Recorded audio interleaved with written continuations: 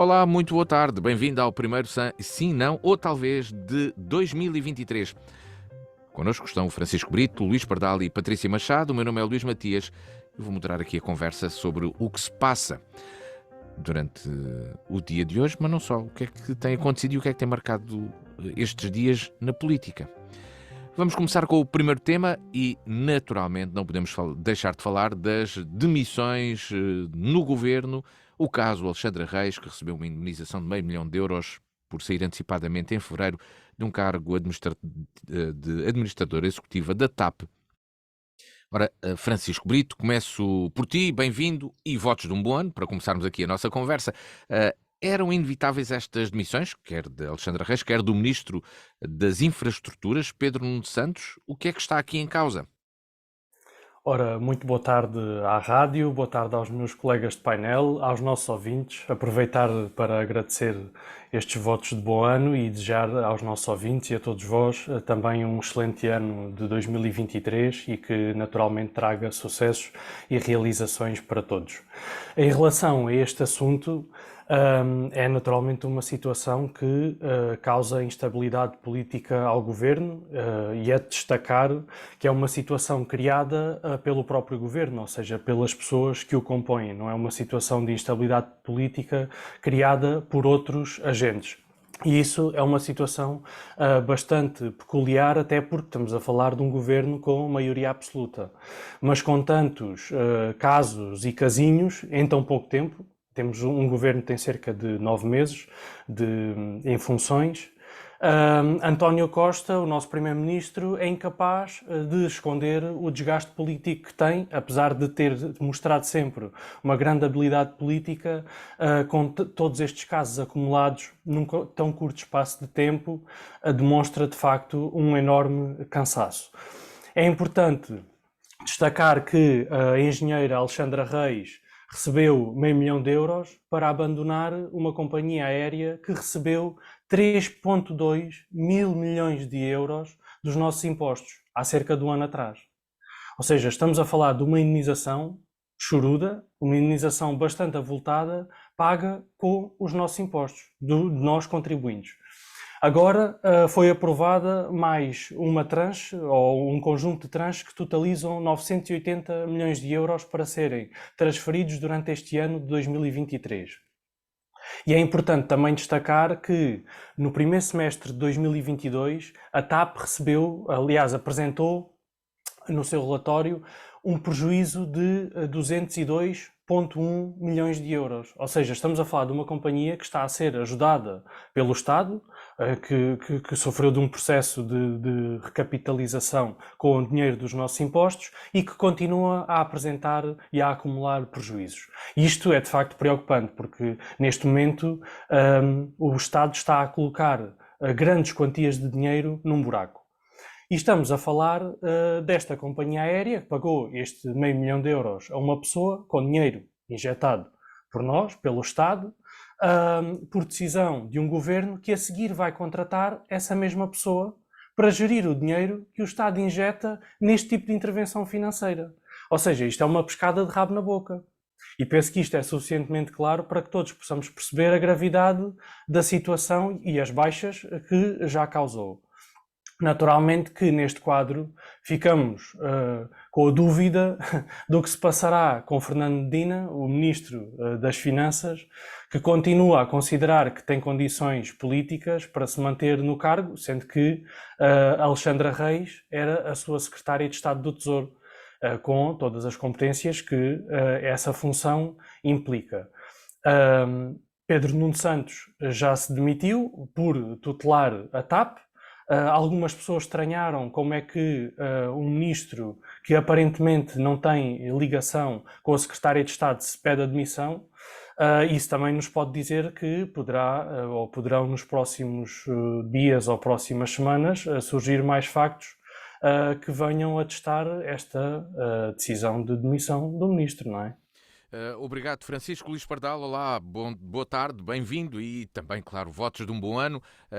Começamos com este caso, precisamente o que é que está aqui em causa e perante estas críticas que o Francisco também já aqui deixou, que são feitas muito ao governo, desta instabilidade, e do que poderá acontecer, como é que o governo, como é que isto acontece a um governo de maioria absoluta? E eram inevitáveis estas demissões, o que é que isto significa? Pedro Nuno Santos era uma figura marcante neste governo. Olá, viva, muito boa tarde a todos, aos colegas de painel, ao Luís, à rádio, aos nossos ouvintes. Naturalmente, desejar aqui também um bom ano 2023, com muita saúde para todos e que seja um ano melhor, assim todos nós esperamos com certeza. Sobre este caso, bem, este é um caso que tem aqui duas dimensões. Por um lado a esfera da legalidade e por outro lado a esfera da conduta. Portanto, dentro da legalidade tudo indica que o processo foi legal, mas de facto, há aqui ainda muitas situações por esclarecer. Assim é que foi pedido portanto, a intervenção da Inspeção-Geral das Finanças, foi pedido esclarecimentos à TAP, o Governo pediu esclarecimentos à TAP, a CMVM está a acompanhar naturalmente o processo e a Procuradoria-Geral da República também abriu o inquérito. Portanto, isto não é um assunto de menor importância, naturalmente, acho que ninguém questiona isso, é de lamentar. Há argumentos muito fortes e a própria Alexandra Reis refere enfim, que o processo decorreu todo dentro da legalidade. Bem, assim as instituições o vão avaliar e isso será esclarecido. Portanto, isto por um lado. Por outro lado, a conduta, ou seja, qualquer tipo de conduta leva naturalmente depois a uma avaliação moral. Portanto, e na política e na gestão dos cargos públicos, isso ainda é mais evidente e, portanto, são estes casos que depois, naturalmente, que aumentam a desconfiança nas instituições, neste caso que afastam as pessoas da política, e portanto isso não é positivo, nunca é positivo, e nem poderia ser de outra forma encarado este caso.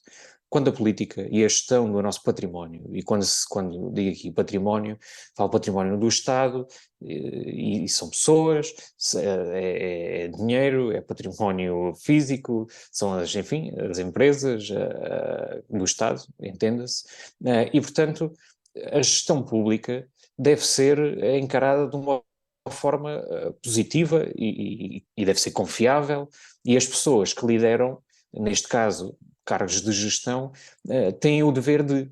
E, portanto, é assim que se deve dignificar a causa pública. Muitas vezes, depois toma-se por um todo situações, enfim, como esta, e que isso, confesso que a mim também me entristece.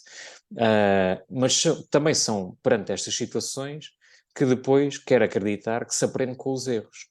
Este caso, eu julgo, quero acreditar, portanto, temos um ministro das Finanças que diz que não sabia do caso. O Pedro Nuno Santos demitiu-se. Aliás, Pedro Nuno Santos até já teve uma situação ou outra que diretamente até foi mais complicada de gerir e ele conseguiu gerir e o governo conseguiu gerir e neste caso isso não aconteceu. Portanto, acho que não é novidade para ninguém que houve uma surpresa por parte de muita gente, inclusivamente do governo, com a sua pedido e a sua admissão. Acontece que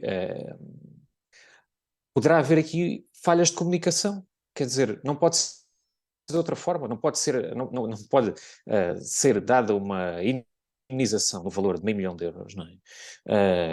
E que o €500.000 foi o resultado final, portanto, como todos sabemos, o valor que começou a ser pedido inicialmente era 1,4 milhões, portanto, isto houve uma negociação.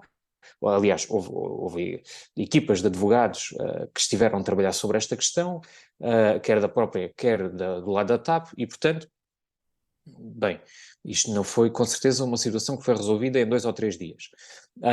E, portanto, se de facto os ministros não tiveram conhecimento desta situação, então, bem, alguém falhou. Naturalmente que aqui Pedro Nuno Santos assumiu logo aqui parte da cota da responsabilidade por não ter conhecimento do processo e, portanto, assumiu essa responsabilidade. Agora, bem, isso tem que ser esclarecido. Hum, Só para terminar, para mas se passar à calhar deixo isso Patrícia, depois sim. para outra Já, volta, sim. já teremos a oportunidade de continuar esta conversa. Olá, Patrícia, boa tarde, bem-vinda, bom ano também, aqui já na emissão. Patrícia, aqui o que está em causa é o facto de Alexandra Reis ter recebido uma indemnização e depois ter sido contratada novamente para o setor empresarial do Estado, é isso? Não é propriamente a atribuição da indemnização? O que é que está em causa e coloca toda esta situação que para alguns provavelmente pareceu normal, mas não é. Em primeiro lugar, boa tarde a todos, à rádio, aos nossos ouvintes, aos colegas de debate e também transmitir os votos de um excelente ano para todos, com muita saúde, energia e força para o que temos que enfrentar e que naturalmente precisaremos dela, mas um bom ano para todos. De facto, isto são situações, como já aqui foi sublinhado, que inevitavelmente merecem e carecem dos esclarecimentos necessários. Estamos a falar do caso em concreto da indemnização, do apuramento desta situação envolvendo a TAP, envolvendo membros do governo, mas que precisamos de ver, apurando o que houver a apurar. Há, de facto, aqui elementos que estão a confluir para que estes casos também sejam agitados, não é? E com isto sublinho que, na minha opinião, e portanto naquilo que também tem sido o acompanhamento que faço das posições, naturalmente, do PCP, do partido a que pertenço, é nesse sentido. Portanto, um esclarecimento que é necessário fazer, apurar, mas que devem-se também ter em conta na nossa discussão política e naquilo que são as medidas que se têm que tomar, aquilo que é o contraste enorme entre as indemnizações pagas a gestores de empresas pela sua saída, que este é um caso, no caso da TAP, e que no caso, por exemplo, dos grandes grupos económicos, estamos a falar de indemnizações obscenas, não diria mais. Pronto, estamos a falar desta, que para o comum do português é escandalosa. E se formos para os grupos económicos, aquilo que é pago aos gestores pelas suas saídas são absolutamente obscenas, esses valores. Mas estamos a falar disto com um inaceitável contraste com aquilo que é pago aos trabalhadores de indemnizações quando saem das empresas, né? Com a generalidade dos trabalhadores. E, portanto, este é um primeiro elemento que queria deixar. De facto, este contraste entre aquilo que se paga aos gestores e aquilo que é escandalosamente o outro lado da barricada, que são os trabalhadores. Depois, um outro elemento que também já aqui foi colocado é que o que isto de facto também ajuda, muito, obviamente, não é pouco, a contribuição que isto dá é que o problema, que até já foi aqui identificado numa visão ideológica naturalmente distinta daquela que eu vou colocar, do que representa a TAP para o país, o que ela significa, o que ela deve significar, o que estamos a assistir é um caminho claro que está a ser preparado há muitos anos por sucessivos governos, pelo PS, mas também pelo PSD e o CDS, de privatização. Nós estamos a falar de um setor estratégico que, do ponto de vista de exportações e do peso que ele tem, estamos a falar de 3,4 mil milhões de euros de exportações que a TAP representa, ou seja, um volume financeiro enorme. A sugestão, a forma como o caminho que tem sido desenvolvido para preparar e para justificar aquilo que está à vista de todos, que é uma tentativa que até hoje não foi possível, mas que claramente temos que continuar a evitar, mas claramente está a ser trilhado, que é um caminho de privatização. E é caso para questionar se, enquanto setor estratégico, se alguém tem ilusão.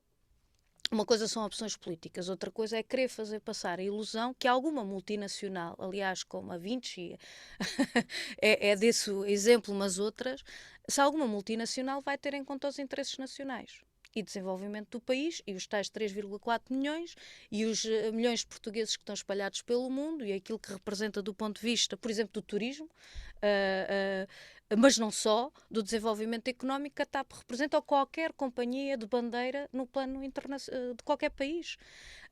Em todo o mundo estão a ser investidos milhões, milhares de milhões, a salvar companhias que naturalmente a Covid teve aqui um papel gigantesco na influência, porque estamos a falar do setor dos transportes e das comunicações e, portanto, eu penso que ninguém terá dúvidas se refletir sobre isto. Podem ter caminhos diferentes, mas dúvidas que nenhuma multinacional vai pôr os interesses nacionais à frente. Veja-se a EDP, né? Portanto, ou, como disse a Vinci, ou outras empresas, setores estratégicos que precisam de alavancar e de criar melhores condições para o desenvolvimento do país e que, como dizia a EDP, está longe de ter esses interesses, quer das pessoas, quer do país, em causa. Portanto, veja-se agora, estávamos a falar do frio antes do programa começar, portanto, e o que é que se põe à frente e que mais facilmente dividem os dividendos entre os seus acionistas do que, pronto. E que o desmantelamento ou a privatização da TAP, o que pode significar é natural, estamos a falar de 10 mil trabalhadores, estamos a falar de milhares de milhões, de centenas, desculpem, de milhões que vão ser inevitavelmente pagos em custos e indemnizações e em encargos que o Estado vai ter que desembolsar e, portanto, isto para dizer que de facto é uma situação que precisa de ser apurada, que precisa de ser esclarecida, que precisa de tirar as consequências políticas do ponto de vista não tanto da dança das cadeiras, mas das políticas que estão a ser desenvolvidas e das práticas que vão sendo desenvolvidas, mas queria sublinhar estes dois aspectos, quer do contraste das indemnizações de uns e de outros, dos trabalhadores e dos gestores, e a questão do que é que significa a TAP para nós todos. Francisco Brito, Marcelo Rebelo de Sousa, sobre este caso, lembrou que existe uma maioria absoluta e que é necessária uma responsabilidade absoluta. O que é que entendes por esta frase do Presidente da República? Há pouco já disseste que ele não está propriamente a assumir o poder que tem, daquilo que percebi das tuas palavras.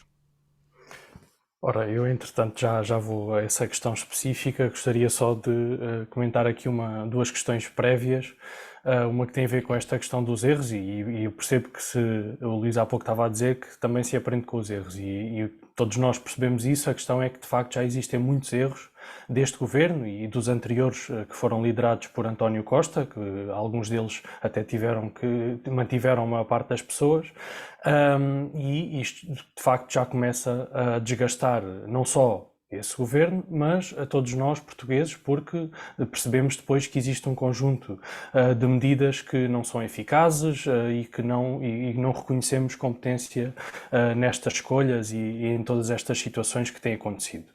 Em relação à questão da TAP, gostaria só de comentar que o volume de negócios da TAP tem sido em grande parte pago por todos nós. Ou seja, somos nós, portugueses, por via de decisões do governo, que estamos a pagar para que a TAP funcione. No fundo, parece quase um capricho ter uma companhia que só dá prejuízo, que sem o nosso dinheiro não se mantém, que não é capaz de se gerir só com as suas próprias vendas, ou seja, só com aquilo que ela própria gera, não consegue ser sustentável e nós todos temos que estar a pagar para que ela funcione. E também me parece errado dizer que com gestão privada os trabalhadores ou os serviços se perdem, porque não se perdem, porque por questões logísticas óbvias eles têm que se manter no território português, os trabalhadores e os serviços, porque há um conjunto alargado de serviços e que muitos deles são outras empresas de menor dimensão, que apoiam a operação da TAP e que são importantes e que é óbvio que se vão manter porque nem haveria outra forma de o fazer. E isso é importante destacar porque todos nós sabemos que há grandes diferenças entre a gestão pública e a gestão privada e sabemos que geralmente a eficácia, e infelizmente a eficácia está só do lado da gestão privada e não pode ser assim. De facto, temos que augurar para que exista competência na TAP e em todo lado, toda a causa pública, porque isso é importante para todos nós e acho que de uma vez por todas tem que se contrariar aquilo que tem sido o declínio das últimas décadas nos serviços públicos e é importante que não só ao nível da convergência política, mas também daquilo que cada um de nós pode fazer pela causa pública, é importante que se invista em competência. Agora, indo À questão do Presidente da A tal República, responsabilidade absoluta, achas é assim, que eu o acho que, Presidente, eu o acho Presidente deveria avançar, como muitos dizem, para a dissolução da Assembleia da República, depois de todos estes casos e 9 meses depois de eleições? É assim, vamos ver uma coisa. Se calhar por menos, Jorge Sampaio fê-lo em 2004, não é? Agora temos um contexto diferente, temos situações diferentes e temos um governo em funções há muito pouco tempo e que vem de eleições que lhe conferiram um reforço de poderes, uma maioria absoluta. Portanto, também me parece prematuro, seja por via da ação do Presidente da República, seja por via da ação da Assembleia da República, como sabemos, há uma moção de censura na Assembleia da República, parece-me que não será o caminho que devemos seguir, até porque não ganhamos nada em entrar neste ciclo de instabilidade política de X em X meses, menos de um ano ou pouco mais de um ano, andarmos em eleições legislativas. Ninguém ganha com isto. O país perde não só pela instabilidade política, mas perde também naturalmente em fundos, porque é importante perceber que isto tudo custa muito dinheiro, não é? Uma eleição é muito, muito cara. A posição do Presidente da República, deixa-me só Para dizer concluir, uma coisa. Francisco, muito rapidamente, sim. A posição do Presidente da República também parece mostrar já algum cansaço inevitável e nós sabemos que Marcelo Rebelo de Sousa tem apoiado muito a ação do Governo e aqui tem mostrado, claro que numa postura bastante pouco interventiva, mas tem mostrado através das declarações à imprensa que é necessário que o Governo faça de facto alterações profundas e consiga garantir estabilidade governativa. Luís Pardal, é mau sinal para um governo que está em funções há 9 meses ter já uma moção de censura, ter todos estes casos. Como é que o governo vai lidar com isto? Nós estamos a gravar o programa e aproveito para recordar aos nossos ouvintes, ainda antes da discussão dessa moção de censura e votação na Assembleia da República, é na quarta-feira, no dia em que gravamos o programa, Sim. mas nós estamos a fazê-lo momentos antes e, portanto, não podemos trazer algum pormenor que possa surgir desse debate que acontece na Assembleia da República. Mas, Luís, então, como é que isto já é um problema para o governo? Que sinal é este? O que é que se passa? Eu acho que temos que separar aqui duas situações. Portanto, uma é esta situação em específico que temos estado aqui a debater, que é complexa, que não é bonita, desculpem esta expressão, mas que não é bonita, não é bom para aquilo que se espera daquilo que é a governação, neste caso, da TAP. Isso é uma situação. Outra eu acho que se está a tentar pegar neste caso, volto a dizer, não quer dizer que não seja importante, mas está-se a tentar pegar neste caso enfim, por todas as forças partidárias, porque reparem, a maioria absoluta, nós queramos, quer não, coloca entraves naquilo que é o trabalho da oposição. E, portanto, qualquer situação que se possa agarrar, que se possa levantar uma bandeira vermelha, que se possa apresentar, neste caso, completamente populista por parte da Iniciativa Liberal e do Chega, uma moção de censura. Portanto, se daqui a 3 semanas tiverem a oportunidade de agarrar outra situação e apresentar outra moção de censura, vão apresentá-la sempre, quer dizer, não. E portanto é esta a atitude, é este o pouco sentido de Estado que inclusivamente estes partidos estão aqui a apresentar, porque enfim, querem, é sangue, desculpem este o termo, mas é a realidade.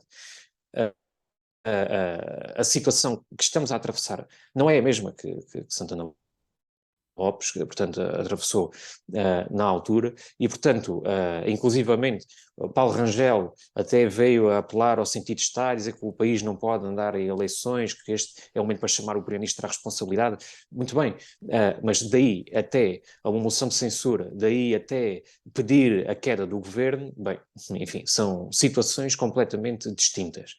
Reparem, António Costa conseguiu ultrapassar dificuldades governativas que toda a gente vaticinou. Portanto, foi a saída da crise da gestão do PSD-CDS.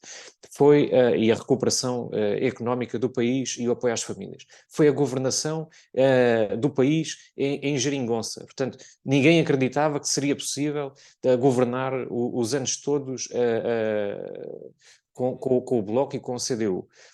Foi uma pandemia. Nós queremos, quer não, houve muitas situações e que não foram positivas, mas fomos dos países do mundo, Portugal foi dos países do mundo que melhor conseguiu ultrapassar a questão da pandemia. E estamos agora com uma inflação gigante, brutal, em termos internacionais. E, portanto, António Costa já provou que consegue governar com dificuldades. Portanto, não é agora esta situação que vai colocar aqui em causa a governação e a estabilidade. Não, claro, não, claro que não. Bem, eu faço essa pergunta à Patrícia para concluir. Marcelo Rebelo de Sousa, só para concluir. Ok. Um segundo. É uma afirmação, é uma afirmação que Marcelo está aqui também a colocar, naturalmente, portanto, no fundo era... Patrícia, podia explorar mais, mas... Este governo está assim fragilizado ou não com toda esta situação? Ou continua a ter esta capacidade de resiliência e de governação? Ou todo este caso demonstra, passado 9 meses, mais um caso, que o governo realmente não tem capacidade de se manter em funções? Nós já, num outro programa, esta questão relativamente à fragilização e à sucessão de casos tinha vindo, e que já na altura tínhamos aqui sublinhado a importância que tinha a credibilidade e o acreditar nas instituições e no regime democrático. Eu acho que esse elemento é absolutamente decisivo, porque são de facto sucessivos casos que não abonam nem ajudam, que precisam de ser apurados, que precisam de ser esclarecidos, que precisam ter o acompanhamento em todas as suas instâncias e com todos os meios que sejam exigidos para que esse apuramento seja de facto real, rigoroso e que se tirem as consequências que cada um deles o justifique. Acho que o outro programa tinha a ver com autarcas, portanto este tem a ver com o governo, mas eu volto a sublinhar uma questão que disse na altura, é que independentemente do que se tenha que apurar, e tem que se apurar, isto não é coisa pouca, como falei há pouco, ele tem outro intuito também, de facto. E para além de outros intuitos que partidos à direita procuram explorar, naturalmente com determinados objetivos, desde logo ferir o próprio regime democrático, tem outro intuito. É esta ideia ou esta ilusão que pode ter que a alteração de ministro vai resolver alguma coisa se não se alterar as políticas e a forma de atuar. E, portanto, naturalmente o Governo não sai bem disto. Sobre a pergunta, tenho a ideia que todos os ouvintes terão essa perspectiva de que bem não sai. Mas a exigência tem que continuar a ser na alternativa e na alteração de políticas.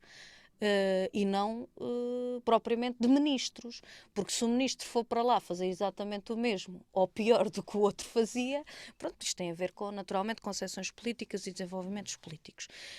E esta questão que se coloca é, não sendo Pedro Nuno Santos, sendo Galamba ou sendo outro José ou Maria qualquer, faça a expressão, o que é que vai acontecer à TAP? O que é que vai acontecer a mais este setor estratégico? E penso que isso é que é importante discutir do ponto de vista político, e acho que é isso que interessa aos portugueses. O Luís Pardal acabou de dar um exemplo que eu acho que ajuda muito a fazer um comentário sobre uma questão que o Francisco aqui colocou, que tem a ver com a epidemia e com os setores estratégicos, e que uma das grandes diferenças que fez com que Portugal, apesar de muitas dificuldades que também não iludimos e que as questionamos, de soluções e de tratamento sobre a questão da Covid, mas tem uma grande diferença e que muitos outros países não têm. É que é um setor estratégico na mão do Estado, do SNS. E o direito à saúde. Porque os privados, a questão sobre o interesse dos privados e que se vão manter os serviços, fecharam as portas ao tratamento da Covid. E é disto que se fala quando se fala dos incêndios que houve no interior do país há uns anos atrás, que flagelaram zonas inteiras e que mataram muita gente. A questão, por exemplo, da EDP, que passado anos ainda havia populações sem rede elétrica, de abastecimento de rede elétrica. Que esta ideia que muitas das vezes a direita, muitas vezes não, sempre a direita procura colocar, de que a eficácia e a gestão pública é pior que a gestão privada, não corresponde. Porque o que estamos a falar, quando estamos a falar de setores estratégicos e direitos, não é as empresas todas. O Francisco pode dizer isso. Não é disso que nós defendemos. É a questão da energia, das comunicações, dos transportes, daquilo que faz desenvolver o país, que se houver um problema, seja por nossa iniciativa, seja por não vontade própria, alheia à nossa vontade, estamos na União Europeia, se existir alguma questão, o país estar munido e alicerçado dos instrumentos e dos setores que permitam não haver outro tipo de consequências. E a TAP, ao contrário do que se procura fazer crer, tem esse papel. Tem esse papel. E, portanto, é fundamental e terminava com esta questão, que é isso que precisa ser discutido politicamente e não temos ilusões nenhumas que os serviços e os setores e os objetivos não se manterão se for privado e não público. De mais um caso no Governo, com a TAP e a admissão de um ministro, neste caso o Ministro das Infraestruturas, passamos para o tema que nos traz o Francisco Brito. Já passamos mais de metade do nosso programa. O Francisco traz-nos um tema sobre propaganda política nos conjuntos e lugares classificados como Monumento Nacional e o impacto que tem na sua envolvente. Há aqui uma referência, presumo que direta, à publicidade ou comunicação política, por exemplo, nas Portas de Moura, no caso de Évora, ou na Praça do Giraldo e outros locais. Mais recentemente até se falou do caso de Lisboa e de uma decisão que o município teve de retirar propaganda política numa das zonas centrais da capital. Francisco, quais são as tuas preocupações? Bem, como sabemos, os lugares classificados dizem respeito a espaços que são especiais pelas suas características únicas, por serem dissonantes, diferentes da sua envolvente, de outros contextos, e por isso é que são classificados, não é? Para os diferenciar e naturalmente que isso lhes atribui algumas características também a nível da gestão, que estes espaços classificados, e naturalmente que o Centro Histórico de Évora é classificado como conjunto, é um conjunto de monumento nacional, até por via da sua classificação internacional como património da humanidade pela Unesco. E por isso é um espaço que também tem responsabilidades próprias em todos aqueles que nele intervêm e que o habitam. Como é óbvio, para este tipo de espaços há legislação específica. E é por isso que existe uma lei de bases do património cultural, onde se inserem também estes centros históricos, e sobre isso eu gostaria daqui de destacar algumas partes dessa lei para que também possamos avaliar a pertinência deste tema.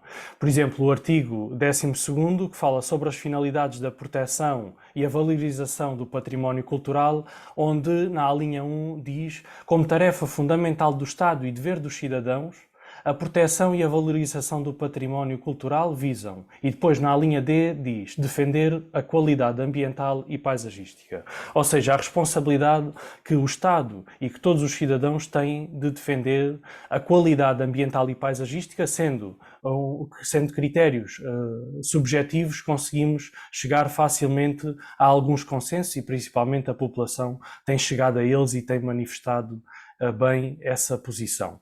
E depois, no artigo 41º, que fala especificamente sobre inscrições e afixações, diz especificamente que é proibida a colocação de anúncios, cartazes ou outro tipo de material informativo fora dos locais ali reservados.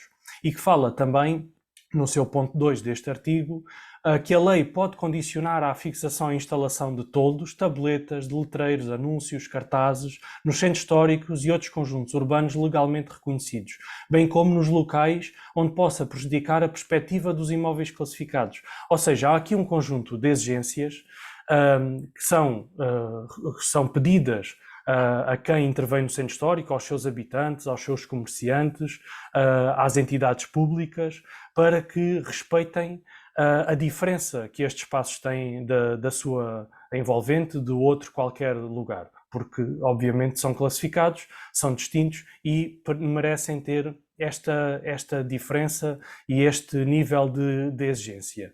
E aqui destacar também o papel que tem existido e que existe pelo país, principalmente pelos municípios, que é quem licenciam a maior parte das alterações e das atividades nos seus espaços urbanos e nestes espaços de centros históricos, de destacar a exigência que tem existido por estes municípios, e o Dévora também, que isso também tem acontecido, como por exemplo aconteceu aí há uns tempos, há poucos anos, em relação aos cinzeiros, à colocação de cinzeiros à porta das lojas, em que às vezes até eram exigidos projetos de arquitetura às pessoas para colocar cinzeiros que passaram a ser obrigatórios por via da legislação em vigor, e que depois parece não haver uma ligação direta com aquilo que é a atividade, por exemplo, dos partidos políticos, e aqui, pronto, alguns especificamente, porque a maior parte dos partidos políticos já mostraram que consideram que o centro histórico é de facto um espaço diferente e que a propaganda política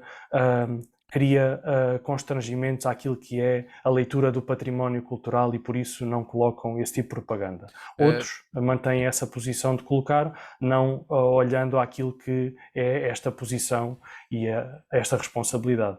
Luís Pardal, e no teu entendimento, a lei permite ou não este tipo de comunicação política nestes lugares?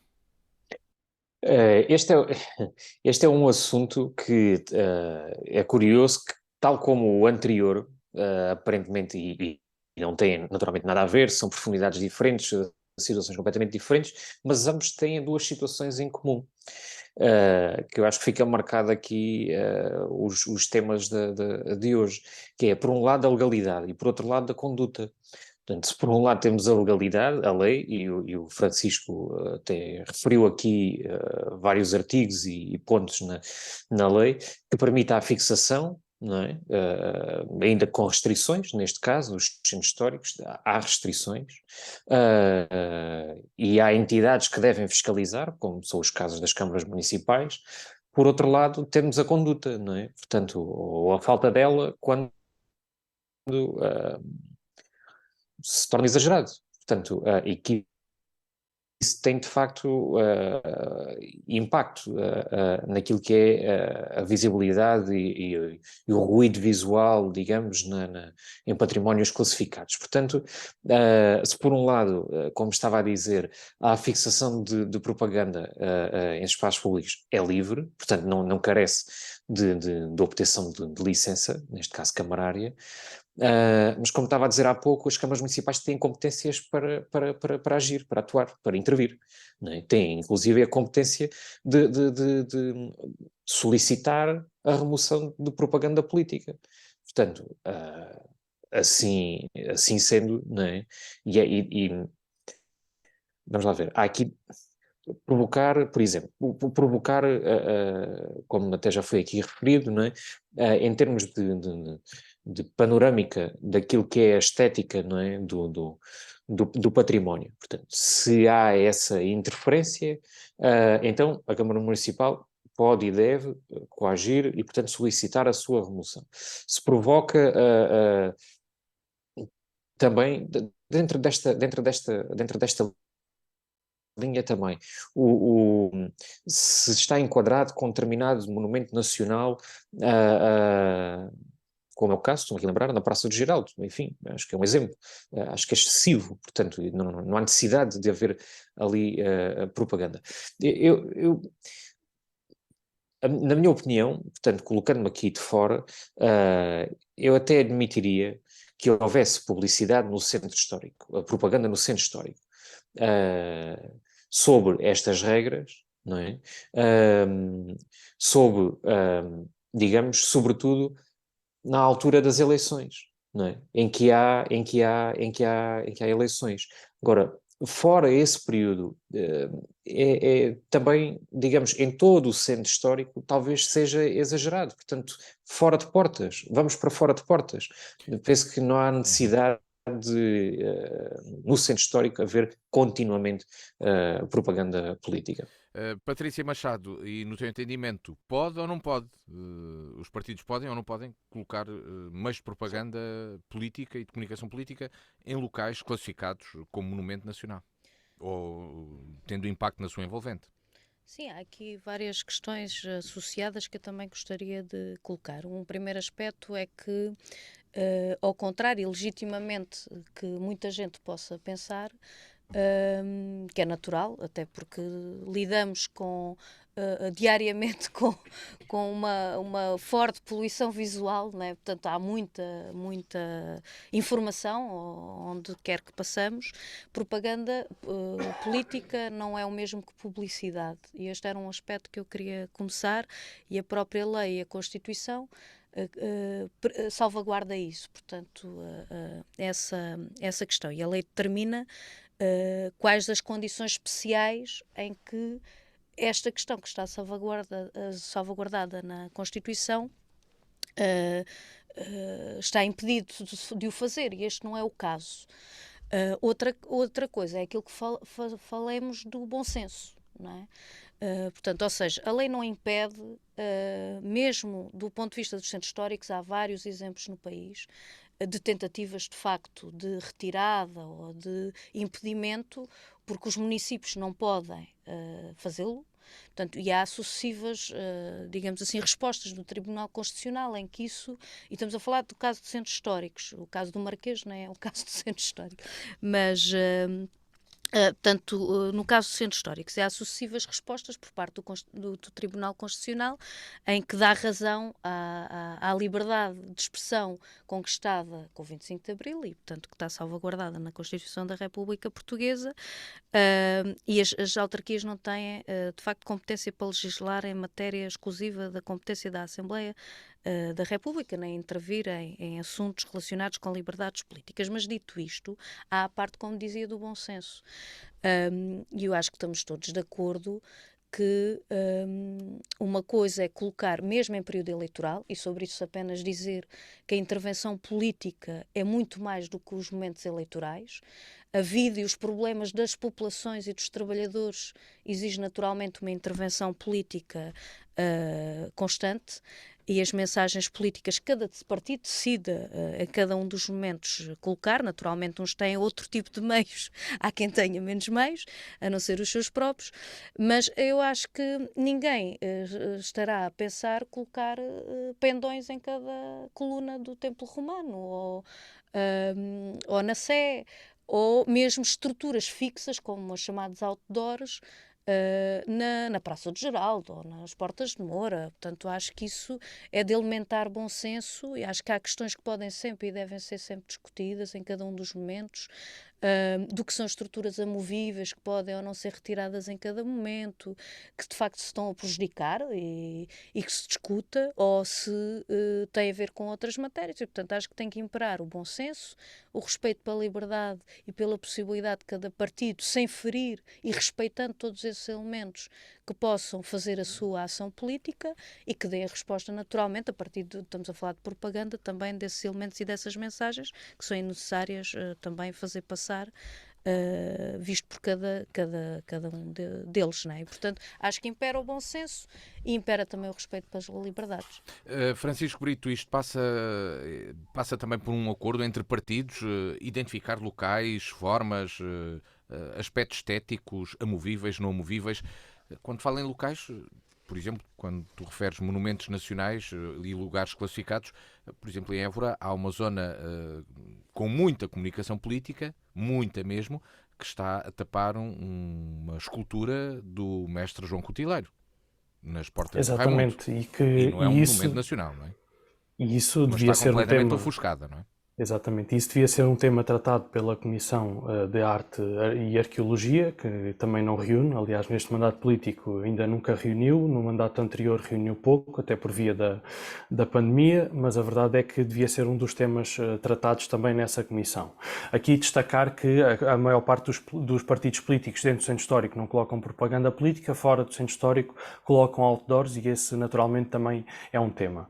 Aquilo que acontece dentro do centro histórico, ou seja, dentro de uma área classificada como monumento nacional, é que há pelo menos dois partidos que não querem dialogar, que é, neste caso, o Bloco de Esquerda e a CDU. Ainda há praticamente um ano comuniquei a ambos a minha disponibilidade para trabalharmos em conjunto, enquanto Presidente da Junta de Freguesia, para que trabalhássemos na procura de uma forma de conseguir garantir a propaganda política e a igualdade para as diferentes forças políticas dentro do centro histórico, e que não ferisse, como fere atualmente, e aqui entra a questão questão do bom senso ou a falta dele, atualmente os elementos os meios amovíveis de propaganda, os chamados MUPIs, que, como o Pardal disse bem, estão na Praça de Giraldo, com uma visibilidade enorme.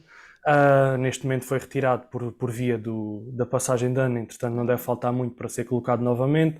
Nas Portas de Moura, na Praça Joaquim António da Guiar, onde geralmente são colocados, ou seja, não há nenhum habitante, nenhum turista aqui em Évora que consiga tirar uma fotografia à Praça de Giraldo sem apanhar aquele placar, o que realmente não é uma questão de bom senso, porque não faz sentido nenhum neste contexto de património cultural, neste contexto deste bem especial que nós temos e que devemos preservar, que existe este tipo de propaganda, até porque depois há aqui uma dissonância enorme entre aquilo que é a gestão, neste caso, dos eleitos da CDU na Câmara de Évora, e que a Câmara de Évora tem um regulamento em que especifica o regulamento da publicidade, que especifica no seu artigo 50 os meios amovíveis de propaganda, refere-se especificamente à questão da propaganda, com as diferenças que a Patrícia estava a colocar há pouco, e que nos diz que, considerando o Centro Histórico de Évora como património da humanidade e como merece especial proteção, entende-se, e estou a citar,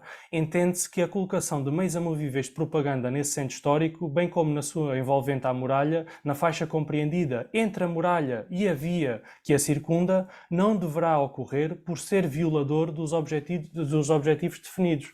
Ou seja, o regulamento municipal é que nos diz que isto não deve acontecer. E que todos nós sabemos que o regulamento municipal é de uma Câmara que está a ser gerida pela CDU, ou seja, a CDU tem estas regras e mesmo assim não as cumpre.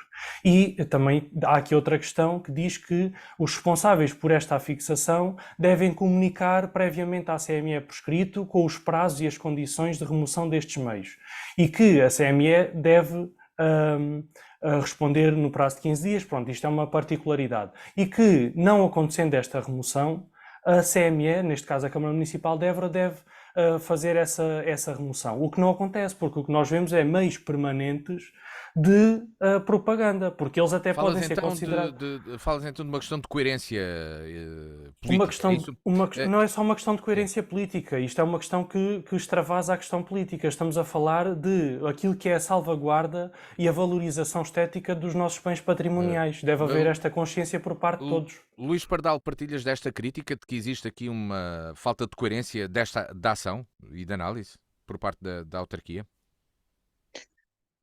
Eu acho que há falta de coerência em muitos aspectos. Portanto, essa é uma que partilho.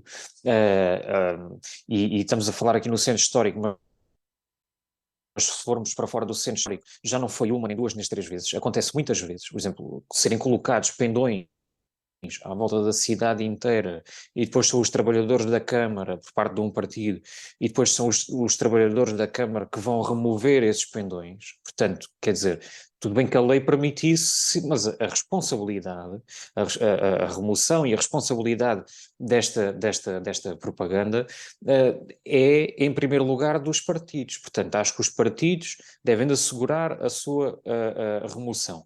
Ainda para mais, quando falamos de pendões que estão em todas as avenidas à volta da cidade.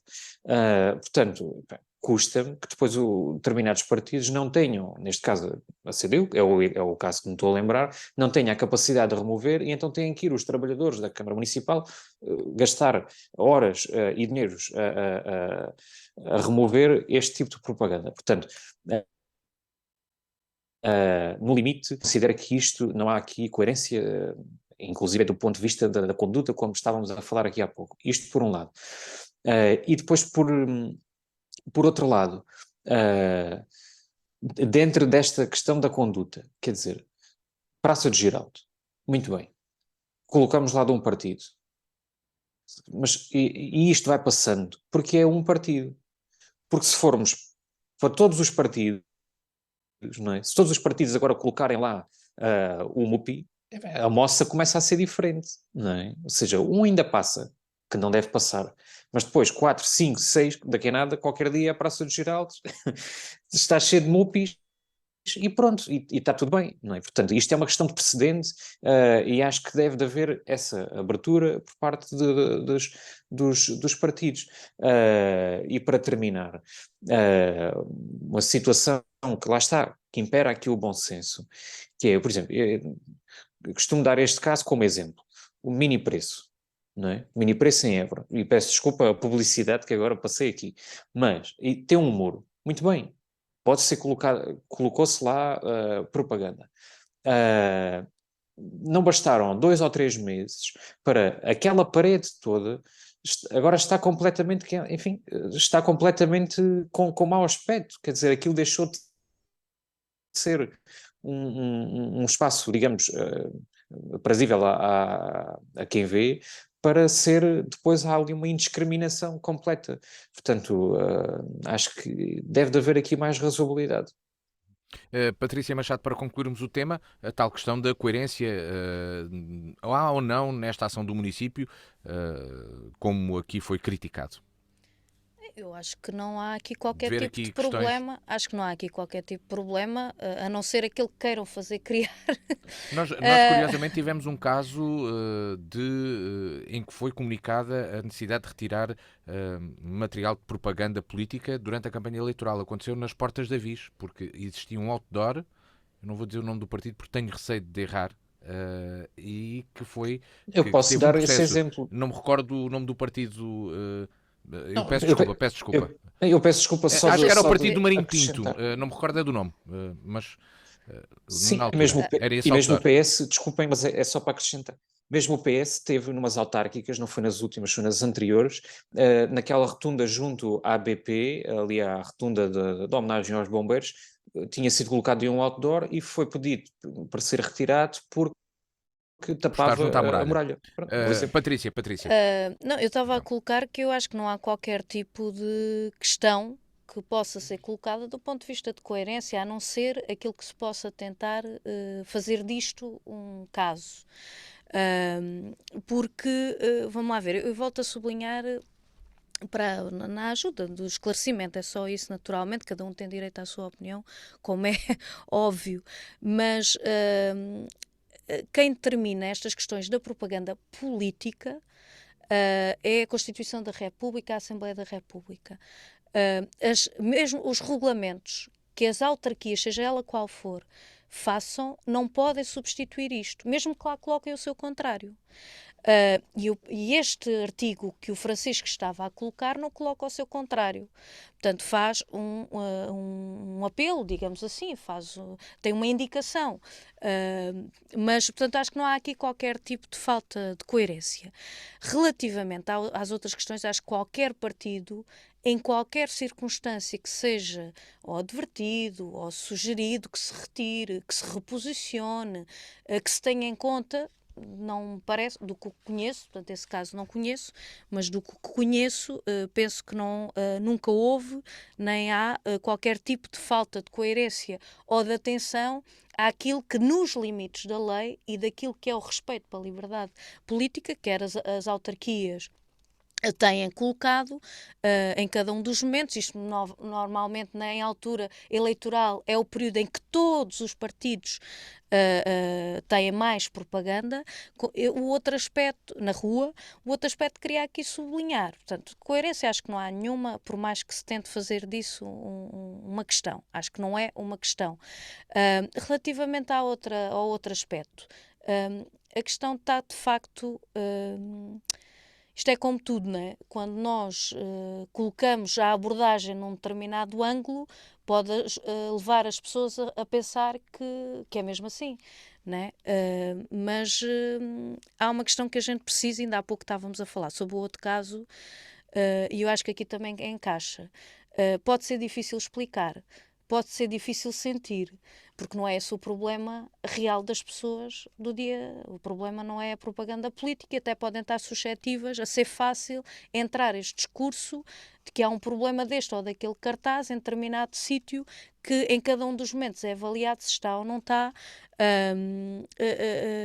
e quanto tempo é que está e quais são os partidos que colocam. Não é esse o problema das pessoas, mas facilmente entra este discurso. Agora, a questão de fundo é a liberdade política. E sobre isso será muito perigoso no momento em que se queira conduzir a ação, às escolhas e às opiniões que os partidos têm, qualquer um deles, nessa liberdade. Outra coisa, e com isto termino, é de facto o bom senso. Porque eu penso que o Francisco Brito não o precisa dizer, mas estava ali a insinuar determinado tipo de questões relativamente ao PCP. O PCP nunca foi contatado para nenhuma discussão relativamente Foi, o foi, PCP nunca foi foi, contatado. Eu não sei se o foi. Francisco está a falar de eleitos, mas o PCP nunca Não, foi não, o contatado. PCP, Não, o PCP nunca foi secretário-geral, contatado. secretário-geral do O Partido Comunista PCP nunca Português foi foi contactado. o PCP nunca foi contatado no plano local, que é quem põe as suas. Não é o secretário-geral do PCP que vai retirar a propaganda ou colocá-la ou recolocá-la, nunca foi contatado para nenhuma discussão. Mas mesmo que seja, nós estamos disponíveis para discutir no partido aquilo que é a posição e a colocação em determinados sítios. E da parte do PCP não há problema nenhum em ver os momentos, as situações, em discutir, em ver se faz sentido, se não faz sentido, e nunca em momento algum ferimos ou quisemos ferir naturalmente aquilo que é a preservação do centro histórico. São espaços amovíveis, há situações que estão aqui a ser colocadas que nem correspondem. Sim. E portanto acho que é necessário que haja também esse rigor na discussão e esta preocupação que tem a ver com a liberdade que cada partido tem que continuar a ter, com o respeito naturalmente pela liberdade coletiva. Ora, fica este debate sobre os locais onde deve existir propaganda política. Passamos para o último momento, um sim, um não, ou talvez, para terminar o programa. Francisco Brito, qual destes escolhes? Um sim, um não ou um talvez? Hoje vai ser um não. E o meu não hoje vai para as recentes declarações da Ministra da Coesão, Ana Abrunhosa, que de visita aos locais afetados pelas recentes cheias, a Ministra sacudiu a água do seu capote para as autarquias locais, que considera que não devem só, aliás, que têm dinheiro para fazer face aos gastos provenientes da calamidade que tem vindo a acontecer. O que é de lamentar este desconhecimento da Ana Abrunhosa acerca da realidade que as autarquias vivem e que a Ministra representa assim também a estratégia de um governo que continua a dizer não aos portugueses quando eles mais precisam de ajuda. Portanto, ela, neste caso, a Ministra pede que as autarquias façam as intervenções. Neste caso podemos falar, por exemplo, da Muralha de Valença, podemos falar dos casos de Castelo Branco e de muitos outros, quando sabemos que as autarquias não têm dinheiro para este tipo de situações. Bem, por isso, não teremos de falar da Muralha de Évora. Não sei se já terminaste, Francisco? Era só dizer, por isso o meu vai para a Ministra que esquece Portugal e que Portugal não é só Lisboa, naturalmente. Luís Pardal, um sim, não ou talvez para terminar o programa de hoje? O meu é um sim, que numa situação que é muito representativa e é muito simbólico, que foi na tomada de posse do presidente Lula da Silva, em que esteve em substituição do Bolsonaro, portanto que não esteve presente. Estiveram 8 pessoas na passagem da faixa, 8 pessoas que representam, digamos, uma diversidade do povo brasileiro, portanto um professor, cozinheira, um indígena, um negro, um metalúrgico, uma pessoa portadora de deficiência, portanto, ao invés do Bolsonaro, estiveram estas pessoas todas e, portanto, é o meu sim a este ato muito bem pensado e muito simbólico. Do sim do Luís Pardal, passamos para a Patrícia Machado. Patrícia, um sim, um não ou talvez para terminar? É um não, mas... Então é quase um talvez. Isso é quase um talvez. Não, é um não veemente relativamente ao anúncio já feito este início do ano sobre mais uma subida de preços e de serviços essenciais.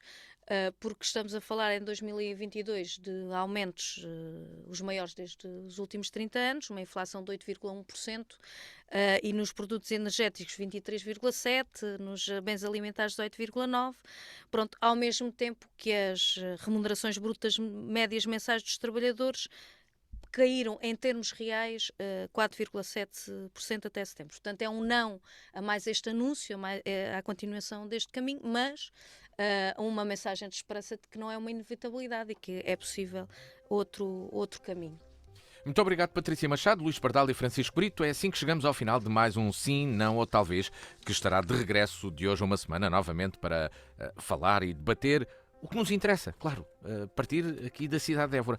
Tenha a continuação de uma boa semana e lembre-se que pode sempre escutar e ver este Sim, Não, Talvez, quando quiser no site da DNFM. Boa tarde.